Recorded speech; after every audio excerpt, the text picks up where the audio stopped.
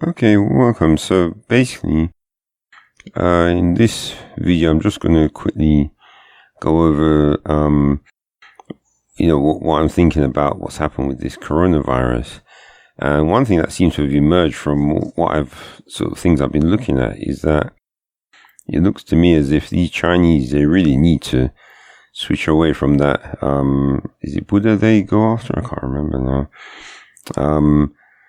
And come over to the God of the Bible, because it looks to me like if they just stuck to the God of the Bible, they wouldn't even have caught this virus and then end up spreading it to the rest of the world as well.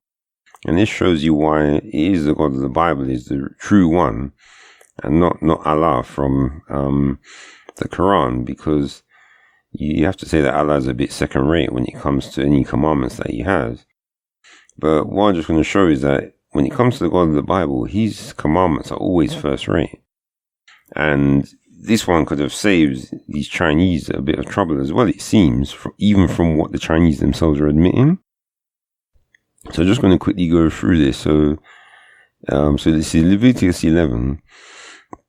And it says, "And the Lord spake unto Moses and to Aaron, saying unto them, Speak unto the children of Israel, saying, These are the beasts which ye shall eat among all the beasts that are on the earth. Whatsoever parteth the hoof and is cloven-footed, and cheweth the cud among the beasts, that shall ye eat. Nevertheless, these shall ye not eat, of them that chew the cud, or of them that divide the hoof. As the camel, because he cheweth the cud, but divideth not the hoof, he is unclean to you." So that's for the Arabs. "And the coney, because he cheweth the cud, but divided not the hoof, he is unclean unto you. And the hare, because he cheweth the cud, but divideth not the hoof, he is unclean unto you. And the swine, though he divide the hoof and be cloven-footed, yet he cheweth not the cud, he is unclean to you." So that's for all those fake Christians. "Of their flesh shall ye not eat, and their carcass shall ye not touch. They are unclean to you." So now, we've just read there what God says. He says that these animals that he says not to eat, they're unclean. So let's find out now what the Chinese went and did. So here's time for that documentary again. I'm just it's right at the beginning, so it's not much to watch. Who were forced to stay was once believed to be. Here we go. Authorities have traced a new deadly virus from the wildlife sold in this seafood market in Wuhan that was illegal. Notice. Selling wildlife. Look at that. Illegally selling wildlife. What have we just read? God tells you what to eat. Plain and simple. And what did the Chinese go and do? They break this, and look what the end result is. And the seafood as well. And of course, you know that this seafood they're going to be selling is going to be all the worst kind of seafood as well.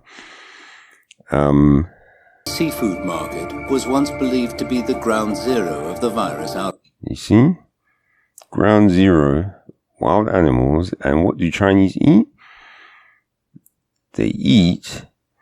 They are unclean to you. That's what the Chinese are eating. And look what happened. Local authorities shut the market on January 1st. See, 1st of January, look how long ago that was. But the virus was already on the move. Indeed. Dr. Zhao Zhigong was one of the first medical workers to face the virus in Wuhan. 对那个病人来说，他是从外地来的，他当时的诊断标准，因为当标准第一条很重要，一定要有华南海鲜市场的接触史。Wild animals were blamed, but evidence already pointed to human-to-human transmission. 83-year-old epidemiologist Zhong Nanshan, regarded as a national hero during the 2002-2003 SARS crisis, broke the news to the public. 这个资料表示呢，它是肯定的有人传人。这个现在啊，绝大部分呢是来自于武汉或者去过武汉，所以现在呢，我的总的看法呢，就是没有特殊的情况呢，是不要去武汉啊。It alerted people across China. As you can see there, Chinese don't even have any shame in admitting that it was their food market where it came from. And now you might think, okay, like I said before, maybe this documentary is fake. You never know. So let's see if anyone agrees with this documentary. So the next place I'm going to go to is one of the websites I managed to find when I was doing the search. Right, now you have to be a bit patient with this particular website because it's very complicated. Basically, this is a scientific description of the virus. And when you read through it, I have to admit, I can barely understand some of it. I do remember some of it from when I read about the immune system from like years ago. But essentially, most of what's on here, it makes sense at the beginning. But then, and it gives you like a good, look at that, seafood city food market. And we know what Chinese like to eat, isn't it? So as you can see, coronaviruses are around and there's different strains of them.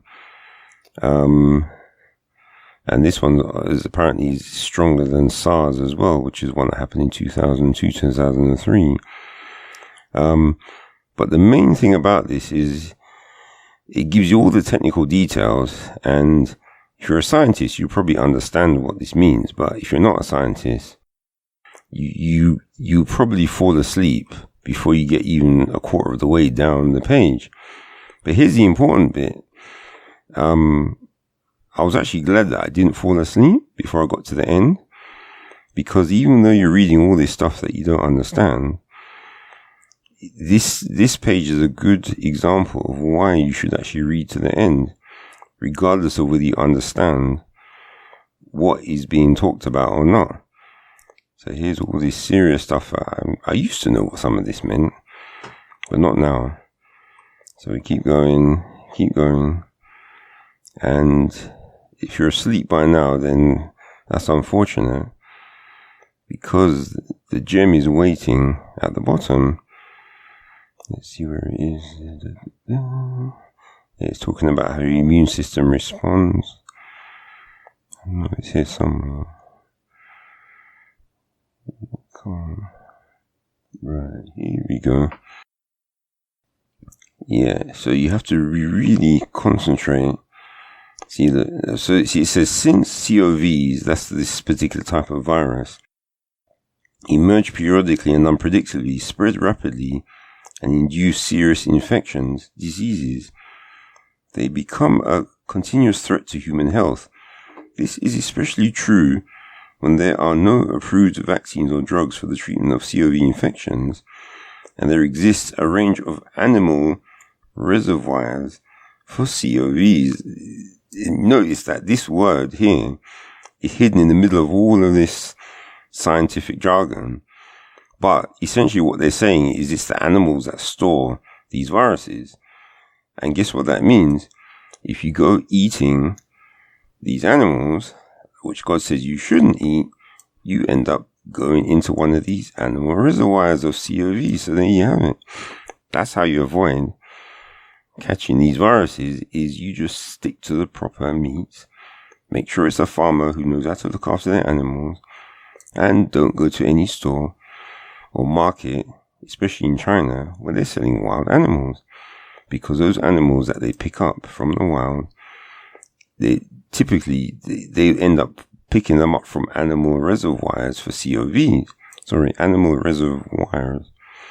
So what they're essentially saying is that the viruses are stored out in the wild in the animals.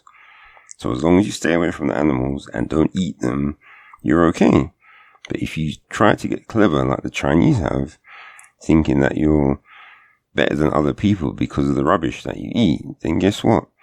One of these animal reservoirs that stores the virus will get you. Simple. And that also explains why in countries like Jamaica, where they don't eat, or even Africa, where they don't eat things as mad as the Chinese, you don't seem to have sicknesses like this happening as much. So like I say, when you read these science pages, there's going to be some decent information in there, but you really have to be patient to find it.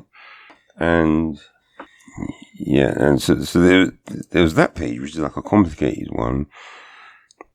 And I've gone to this page before. Oh, no, actually, yeah, it's here, isn't it? Hands, yeah, it's just I can't remember where I saw. Yeah, I think that was it basically. I'm sure I saw it somewhere else where they mentioned animals.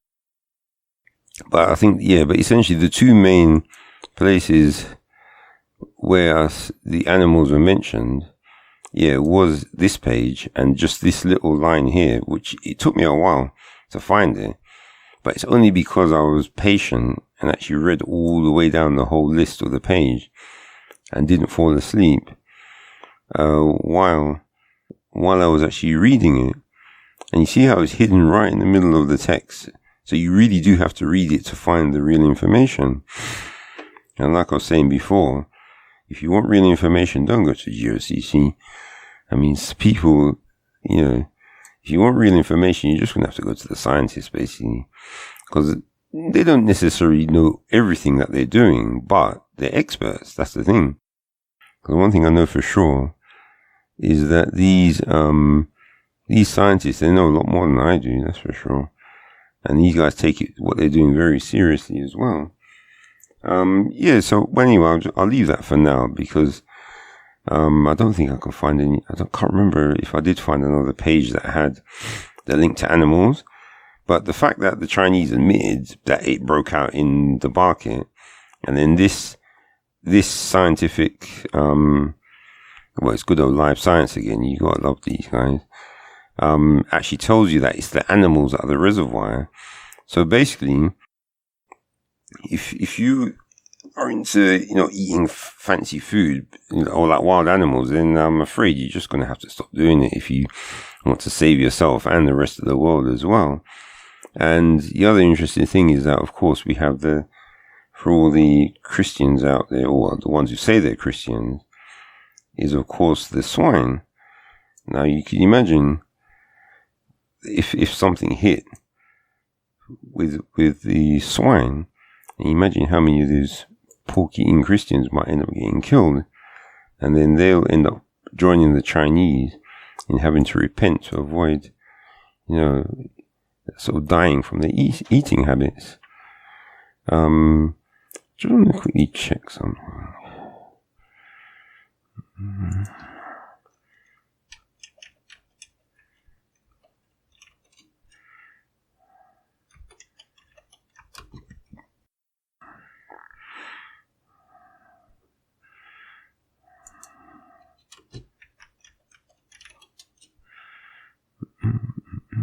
Look at that.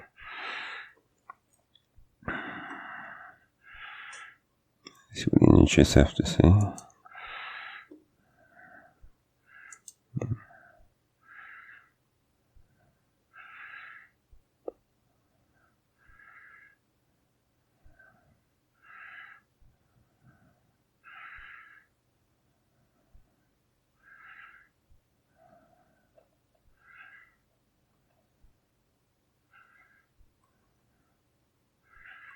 Look at that.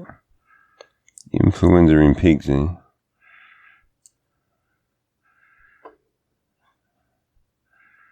Funny, isn't it? Why does it have to be pigs, eh? And yet it's pork that these Christians love to eat.